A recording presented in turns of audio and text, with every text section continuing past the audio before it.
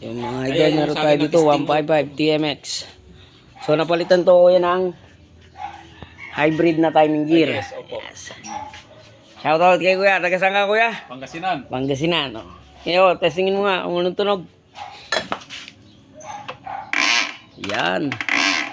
Tapos ayaw na sumama yung kanyang rocker arm. Sige. Right. Oh, ito. Nabuksan na natin yung head.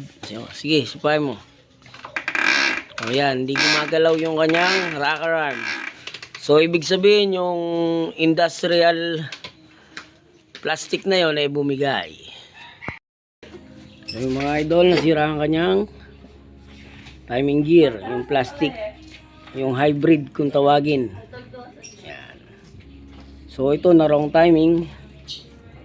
Check natin yung kanyang mga barbula kung nagkatama kasi ba sumalubong pero wala naman tama dito sa piston.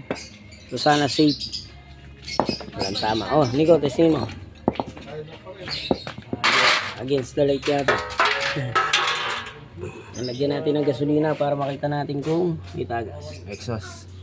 Exhaust. Uy. Ayan, taas mo konti. Okay. May konti. Konti lang naman. Under yan. Sa intake naman. Yun, meron. Tumulo na. Yan. Kailangan natin nasintayin yan. Sana hindi biyangkong. Yan o. Umaagos. Okay. Original yung. Ito na mga idol, yung hybrid na timing gear. Siguro ito na yung unang review. Ito nangyari oh. Naubos yung kalahating hipin. So sa mga naka-timing gear dyan na hybrid, hindi naman natin sinisiraan to pero awareness lang sa mga nakagamit na ng ganito. Wala pa tayo nakitang